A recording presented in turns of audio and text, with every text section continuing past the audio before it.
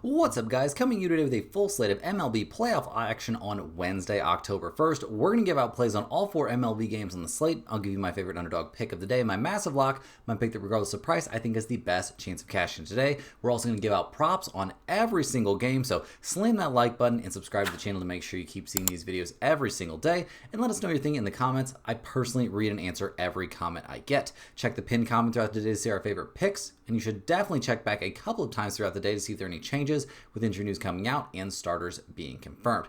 Yesterday, guys, almost everything is finished up. Everything in the pinned comment is finished, and we had a pretty solid day out there once again. Gavin Williams came through over 5.5 strikeouts there at -130. A very easy cash to start off our day on a positive note. He's been mowing them down and has kept it going here into the playoffs.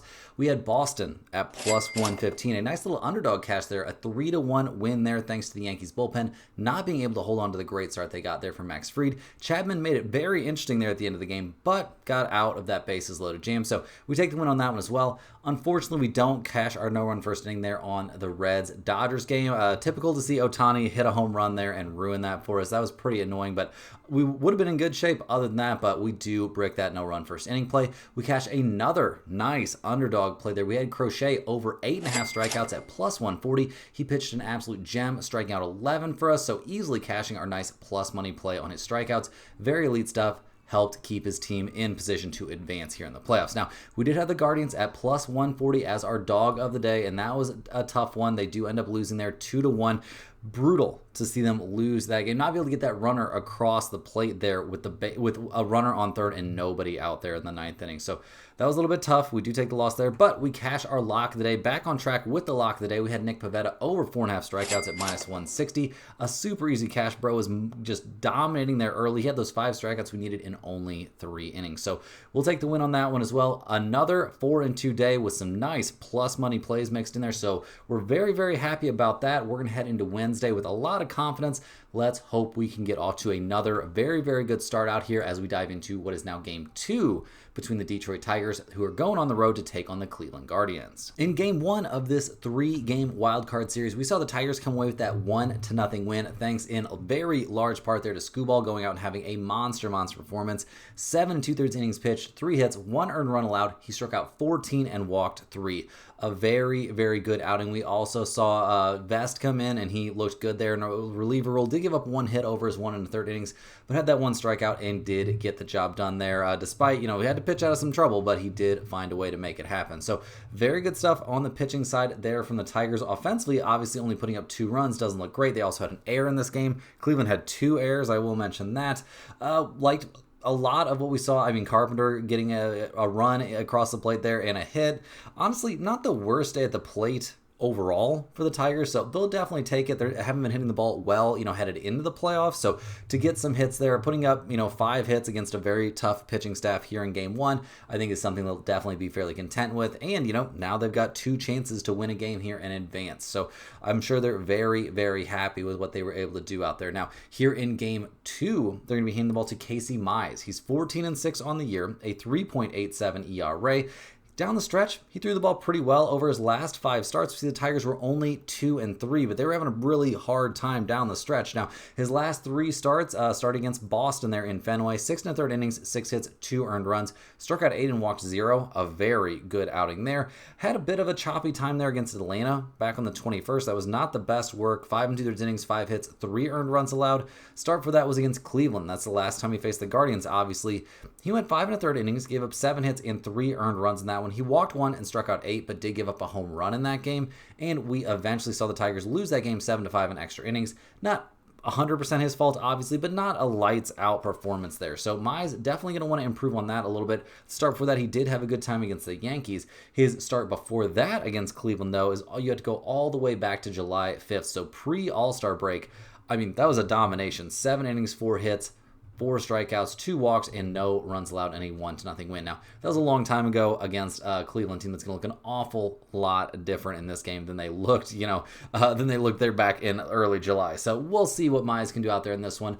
I'm generally expecting him to be okay. I'm not expecting anything similar to what we saw from Skubal yesterday. Obviously, Mize clearly not on that level, but, he's been throwing the ball okay down the stretch. Got to give him credit where credit is due. Something that is a bit of a concern for me still, despite, a good outing there from Vest yesterday is that Tigers bullpen. They were not great over the course of the regular season. Obviously, a 4.05 bullpen ERA. They were part and parcel to all the struggles that we saw the Tigers have down the stretch. The bullpen not being very good was definitely part of that. So they didn't have to dig deep into their bullpen or anything like that in game one. We'll see if that could happen here in game two with Mize, somebody that doesn't reliably go super deep into the game like you can, trust Scooball to do. So we'll see if their bullpen comes into play in this one. Offensively, obviously, over the course of the year, looked pretty good. 11th in runs scored, 11th in slugging percentage, but down the stretch, probably the last 30 or 40 games did not hit the ball particularly well. So that is, or at least was, a bit of a concern here heading into the playoffs. Now, they did manage to manufacture a couple runs here. They ended up with a grand total of 5 hits in this game, so nothing too incredible.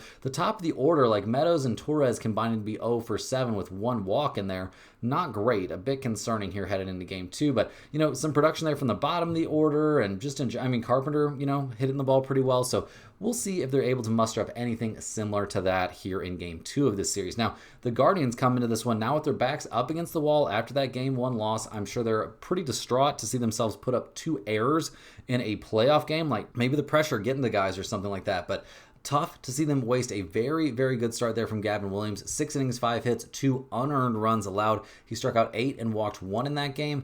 The bullpen, as we would have projected there for Cleveland, looked amazing, soaking up 3 innings of work, giving up no hits and obviously no runs. Very, very dominant stuff there from the bullpen. I expect that kind of bullpen domination to continue, despite the fact they've burned through 3 guys already. I don't think that's a big concern. This is one of the best bullpens in the major leagues all season long. I expect them to be very, very good out there in this one. But we're going to look at the starter who they're running out there for this game, and they've got to be pretty happy with what they've seen from young 26-year-old Tanner Bybee. Finished the year 12-11, a 4.24 ERA, but his last 4 starts have been excellent, including 2 dominant performances against the Detroit Tigers. Back on the 24th, so only, 7 days ago? 6 innings, 5 hits, 1 run allowed there in a 5-1 win against Detroit. He struck out 5 in that game and looked very, very good.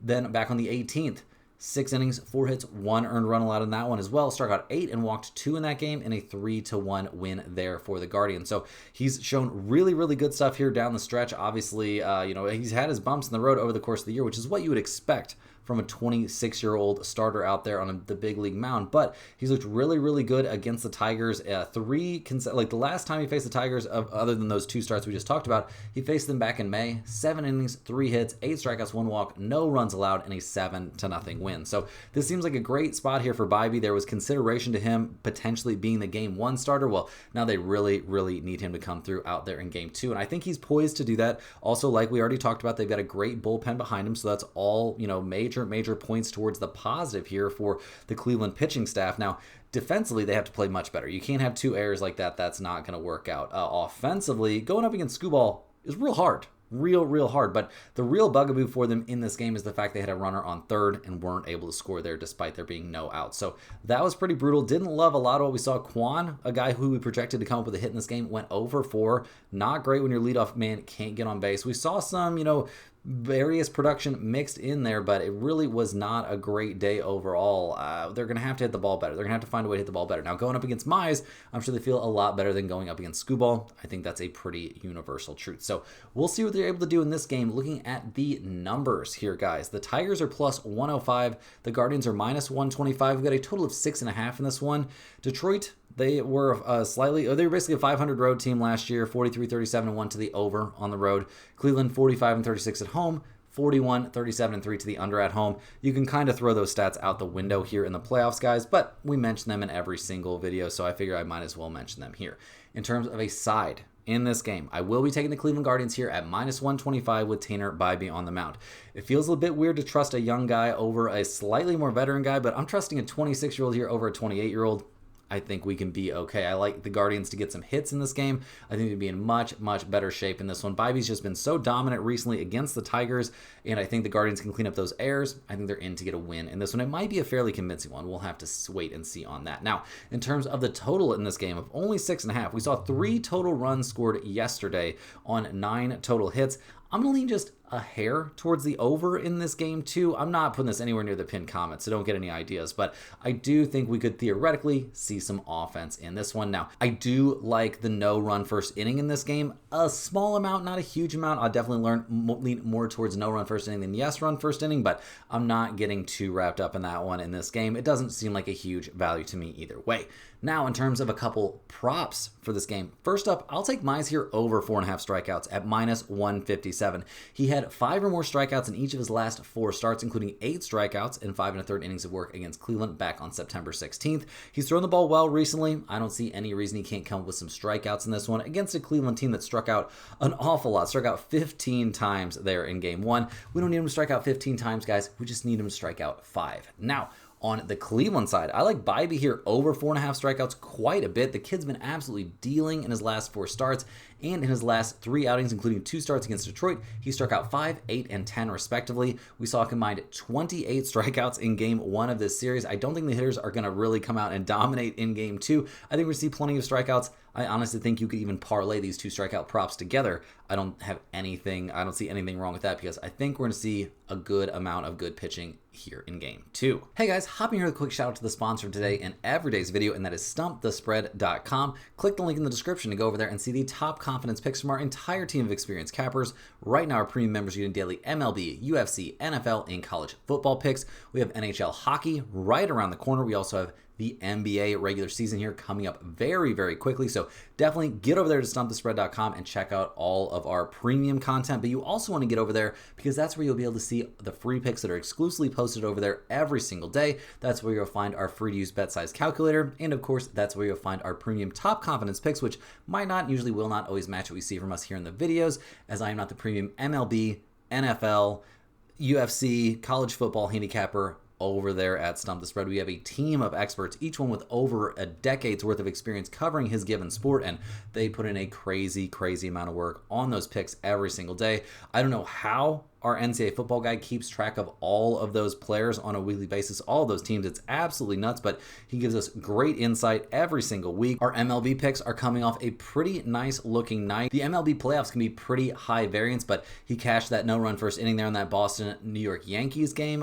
Bricked the Guardians there as a one-unit play. That was tough. That was a nice underdog play that unfortunately couldn't come through. They couldn't get that run across the plate there at the end of the game, and he was on the Dodgers there as a one-unit play as well, and they're up 10-2 in the top of the 8th. I don't want to 100% call that a win, but it's looking very, very likely to be a win for us. So a nice little 3-2 day there on the premium side. Absolutely nothing wrong with that. We've got massive college football slates coming up. We've got a massive NFL slate coming up as well on this weekend and on Thursday and all that kind of good stuff. So there will be tons and tons of great information there in the premium section for all of our premium members. So definitely consider getting over there and signing up for a premium membership at stumpthespread.com. And also, we're running a sale for $100 off a season-long NHL package. So get in on that if you are a serious hockey bettor. Also, you got to click that link down in the description and get over to stumpthespread.com and get on that free email list, guys. It's a fantastic value. It's one email straight to your inbox every single day. You just click that link in the description, go to stumpthespread.com, set up a free account. All you need is your name and your email address. That's it. And you'll be getting free picks straight to your inbox every single day. At least one, oftentimes 2 picks will be in that email. There will be information on niche sports betting like golf, NASCAR, WNBA, tennis, all kinds of great stuff like that. Just a fantastic resource. Parlays are included in those emails as well. A lot of research goes into those email plays. Big write-ups on all the major sports and NASCAR write-ups, UFC write-ups, like all kinds of good stuff. And I know there will be lots of stuff in there for the upcoming NHL and NBA season. So definitely get in there and check that out. Also, if you're a huge fan of what you're seeing from us here every single day, you can sign up for a YouTube channel membership by clicking the little join button right below the video. YouTube channel members get early access to all of our videos, get their name up on screen in every single video, but maybe more importantly, they get access to our members only giveaways. We give away a Stump the Spread hoodie here every single week to one random channel member. And if you're a channel member, just get down there in the comments, because our last giveaway, nobody came forward and claimed their hoodie. So we may be just giving that away to some random channel member down there in the comments. So if you're a channel member, get down there in the comments every single day, because there's a chance I could just randomly see your comment and be like, you know what, this is the person who gets that free hoodie. So definitely get in there, guys. And we got to dive back in now, though. We've got three more games here to cover on some very, very exciting MLB playoff action. So let's go ahead and dive back in. Next up, we're going to be looking at the San Diego Padres going on the road here to take on the Chicago Cubs. The Padres come into this game with their backs up against the wall. A tough 3-1 loss there for them in game one. They're up 1-0, and when you're the Padres, you can probably kind of feel like that might be enough. You've got the best bullpen in the game. Well, we did like what we saw from Pivetta, but he did give up 2 earned runs in that game. The strikeouts are what we cared about, but yeah, I'm sure the Padres cared about the runs he gave up. That wasn't great, and the bullpen gave up a run as well, and that all adds up to the Padres. They're losing 3-1 and burning their best starter, so not the start they were hoping for at all, and to see their bullpen give up a run too can't feel very good. They only had 4 hits in that game. It was just a pretty brutal outing. I mean, we even saw the Cubs have an error in that one, and the Padres only able to come up with, that 1 run. When you look at the top of their order, you see their top 3 hitters combined to go 0 for 11. That's pretty rough. You're going to have a hard time putting up runs when that is what goes on. So the Padres, in desperation mode here, will be hitting the ball to Dylan Cease. He has had an amazing year. This 29-year-old right-hander finished the season 8-12 overall, a 4.55 ERA. His last start was against the Brewers, and he was really, really good. 5 innings, 6 hits, 1 earned run allowed, and he looked good over his last 5 starts pretty much. I mean, had a little bit of a rocky appearance there against the White Sox, dominated the Rockies, so congrats on that, but we'll see what he can do here against the Chicago Cubs. Unfortunately, no modern history for us against the Cubs. He did face them back in April and did not have a very good time, but Cease wasn't having a good time against anyone back then, and really hasn't had an amazing time here down the stretch either. So I'm a bit worried about Dylan Cease on the mound in this spot, not going to lie. Obviously, having the best bullpen in the majors to back him up has to feel very, very good, but the Padres did burn through a few guys. That they burned through 4 bullpen, 4 relievers there in game 1. That can't feel ideal, even when you've got the best bullpen in the majors. So we'll see what they can do. Obviously, the offense has to look better here in game 2. They looked terrible in game 1, like we were talking about, and they've been pretty pedestrian over the course of the entire season. Like 22nd in slugging percentage, 18th in runs scored. Like, this has not been an amazing offense. They did go into the playoffs hitting the ball pretty well, but hitting against the Diamondbacks is a little bit different than hitting against the playoff level pitching of the Chicago Cubs. So we'll see what the Padres are able to do in this one. The Cubs, they come into this game, I'm sure, feeling great. Up 1-0 in the 3-game series is pretty clutch. Loved what they did at the plate, putting up 3 runs there. Nico Horner, obviously a monster performance.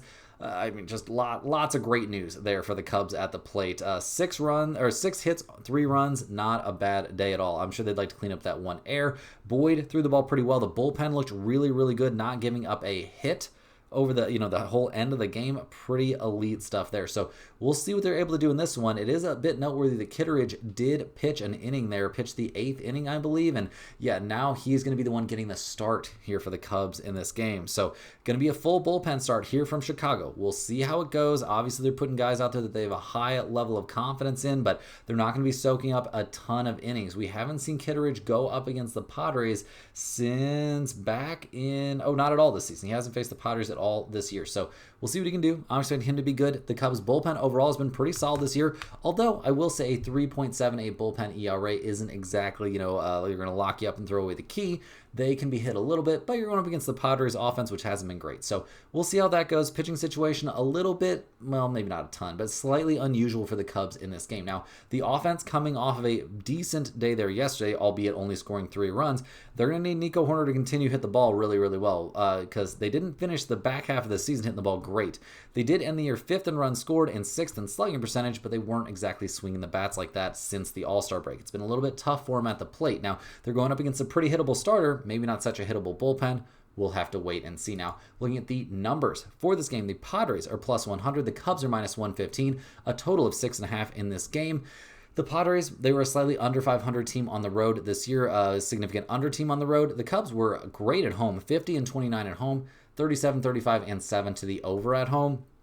In terms of these totals, guys, I'm going to lean just a hair towards over 6.5. I just think, a bullpen start for the Cubs, that's a hittable bullpen. Cease on the mound for the Padres, that's a pretty hittable starter. So I do think we'll see at least 7 runs in this game, but that's not a pinned comment level play. In terms of a side, I am going to lean here a bit towards the Cubs at -115. I just haven't had much faith in this Padres team this season. Maybe the bullpen can save Cease, but if they leave him out there long enough to get in trouble, like, it might be irrecoverable here for them, because this is just not a very good Padres offense. I don't see them being able to come from behind. So I'll take the Cubs in this one. In terms of some props that I like for this game, though, there are a couple that really jump out to me. I'll take Dylan Cease here over 5.5 strikeouts at -153. Not an amazing price necessarily, but he did have 6 or more strikeouts in 4 of his last 5 outings, and Pivetta recorded 9 strikeouts in his 5 outings in game 1, so Cease to get to 6 seems pretty reasonable in this game, but not a play that's a lock to make the pin comment at all. I do like Machado here to get a hit. He went hitless in game 1, and now with his team up against it here in game 2, and Jackson Merrill hitting the ball well behind him in game 1, I expect him to get some pitches to hit here in game 2 and at least find a way to put one, into play and not into somebody's glove. So I do think we'll see Machado get on the board here with a hit. Will it be enough to get the Padres the win? That might be a big ask. So we'll see how that goes, but time to move on to our next game, guys. And in this one, we're going to be looking at the Boston Red Sox going on the road here to take on the New York Yankees. Now, the Red Sox came through for us yesterday, so slam that thumbs up button if you enjoyed it. Cashing Boston there is a nice little underdog in game 1. An absolute gem of a game there from Crochet, striking out 11, cashing a prop for us there as well. 7 2/3 innings, giving up 1 run. Very, very good stuff. Chapman came in and made it about as exciting as you possibly can, but did finish things off. So the Red Sox will definitely take that. They're guaranteed a chance to get Chapman back out there, at least in game 3, if they're not willing to put him out there in game 2, which seems maybe a little bit unlikely, but really a good day there from Boston. They had 8 hits, only managed 3 runs on those 8 hits, but they were swinging the bats pretty well. Not a lot of bad things to say about what Boston did here in game 1, getting the win against the Yankees. So they've got to feel great here headed into game 2. We'll see what they can do as they hand the ball to Brian Bello. He went 11-9 on the year, a 3.35 ERA. Not exactly lights out to the end of the season here. I mean, over his last 5 starts, we saw the Red Sox only go 2-3. There was a start against the Yankees mixed in there. He went 5 innings, gave up 5 hits, 4 runs. They were all earned. He gave up a home run in that game, walked 3 and struck out 4. So not a disaster performance necessarily, but definitely not great. Definitely not what they're hoping to get from him here in the playoffs. Over his last 5 starts, he's given up 2, 3, 4, 3, and 3 earned runs respectively. And those were starts against Toronto, the Athletics, the Yankees, the Diamondbacks, and the Guardians. So we'll see which version of Brian Bello we get in this one. I'm a little bit worried. I'm a little bit worried for Boston with him on the mound. Now, we'll see. We'll see how it goes. Obviously, they've got an amazing bullpen there that they didn't have to use up hardly anyone to get through game 1. So that's a big step in the right direction. A 3.41 bullpen ERA has them second in the majors to only the Padres. So the Red Sox have to feel great, absolutely great about their bullpen situation coming into this game, and I think they feel pretty good about their offense. Over the course of the year, this team was very good at the plate, 7th in runs scored, 4th in batting average, 8th in on-base percentage. Not a lot of negatives, like a team that's definitely getting the job done when given the opportunity there at the plate, and they hit the ball pretty well in game 1 like we already talked about. So I'm expecting them to find a way to do something at least here as they go on the road to take on the New York Yankees. Now, the Yankees have to be pretty crushed with how things ended up going there in game 1. I mean, they didn't hit the ball terribly necessarily, but they struck out a lot.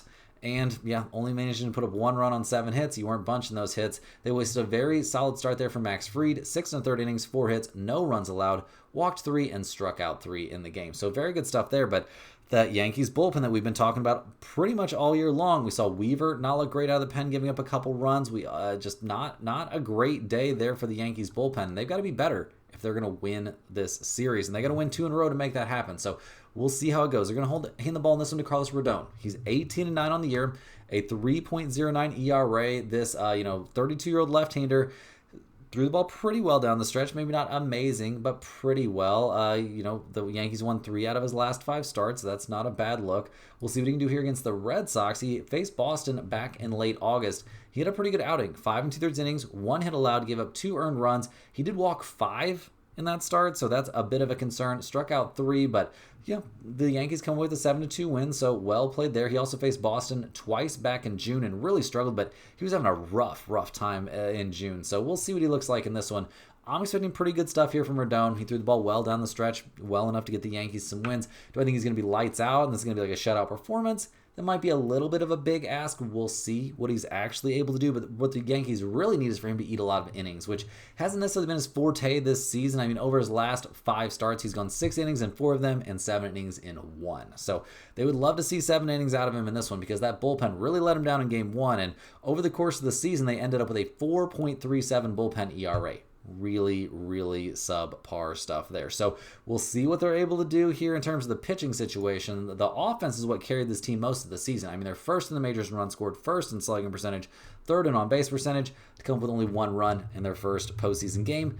Probably has to sting a little bit. They just got to find a way to generate some more offense. Judge went 2 for 4. Goldschmidt went 2 for 4. Bellinger went 1 for 4. And despite the top of the order hitting the ball really well, they end up only with that 1 run on 7 hits. So they'll see if they can, hit it a little bit better here in game 2. They're going to need to, and they're definitely going to be going up against an easier pitching situation. So that should all be a plus. Now, look at the numbers for this game, guys. The odds makers are pretty big on the Yankees. The Red Sox are plus 145. The Yankees are minus 170. A total of 7.5 in this game. Boston, basically a 500 road team, 43-37 and 1 to the over on the road.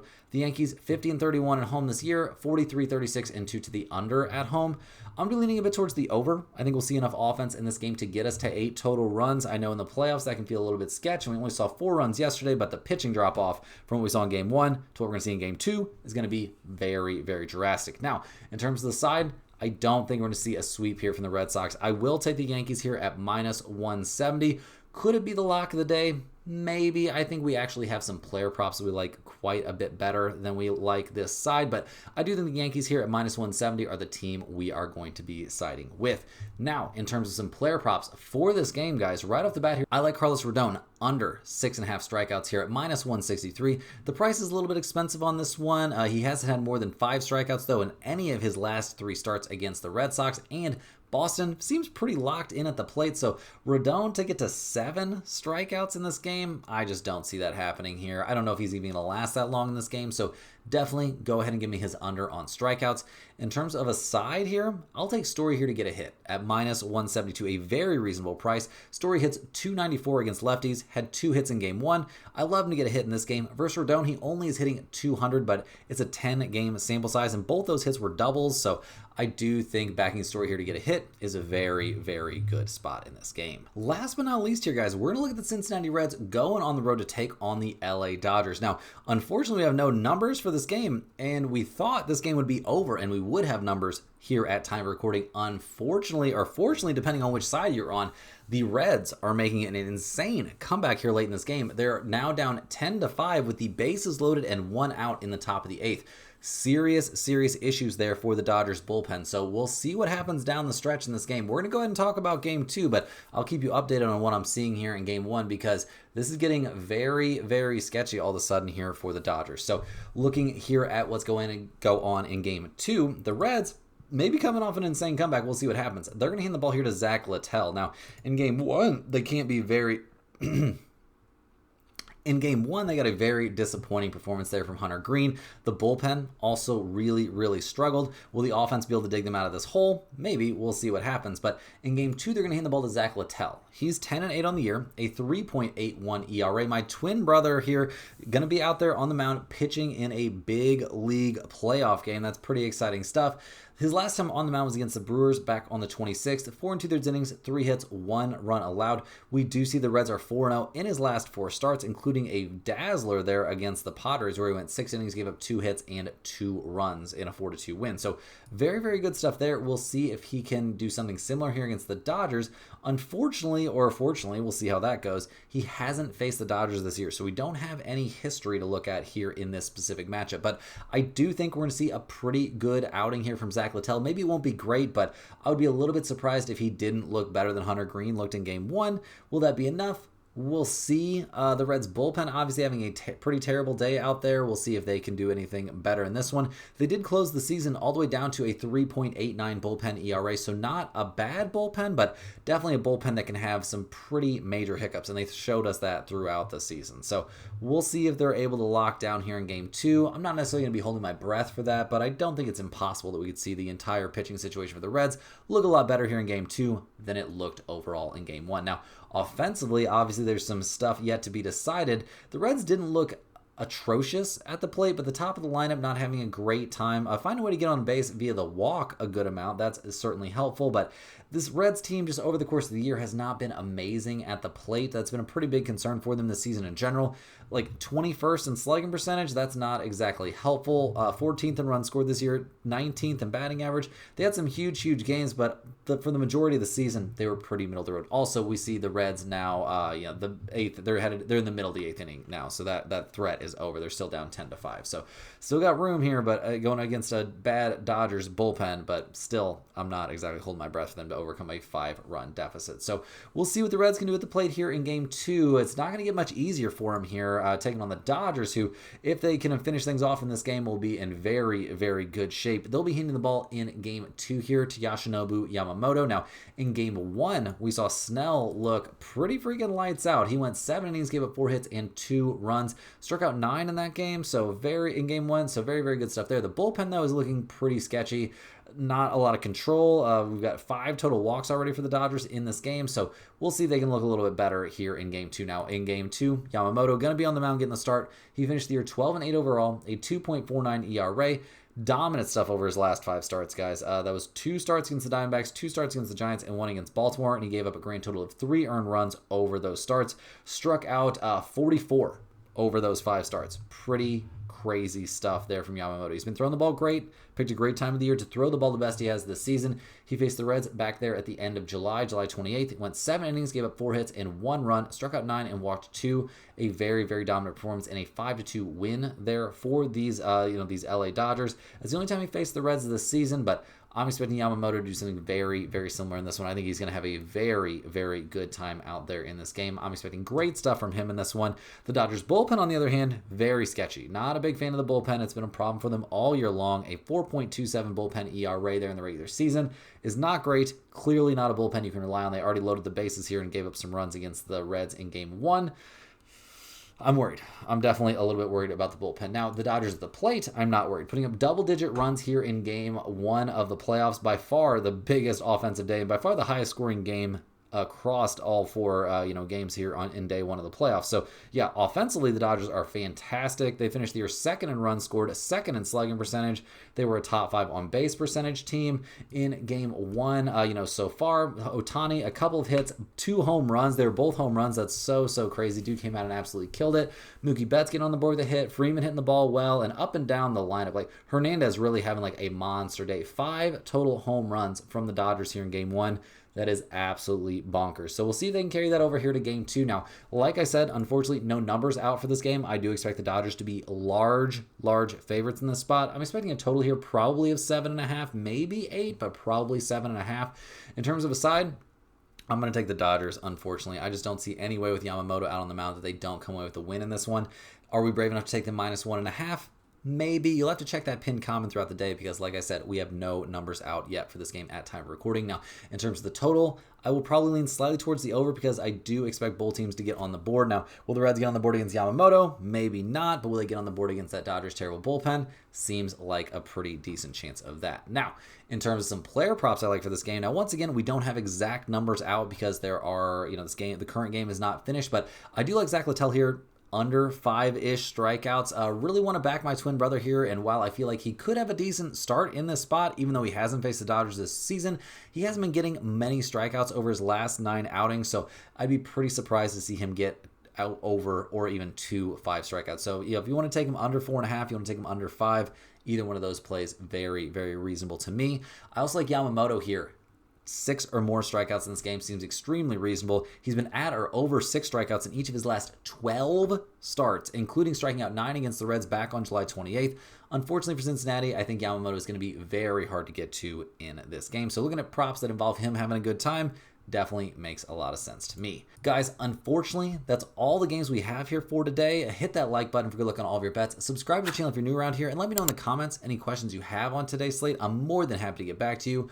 I appreciate everybody watching these videos. Make sure you're clicking the link in the description. Get over there to stumpthespread.com. Check out all the free stuff we offer over there. Get on that free email list. It's a fantastic resource, guys. Every single day that email is coming out and getting you lots and lots of good information covering all the major sports and a lot of the minor sports too. So definitely get in on that and check out all those premium picks over there too. Premium coming off a nice 2-1 day and tons of NFL and college football action coming up this weekend. So you definitely don't want to miss out on that. Guys, we'll see you right back here tomorrow. We'll be looking at more MLB playoff action. This is where you'll find us every single day for more sports betting action.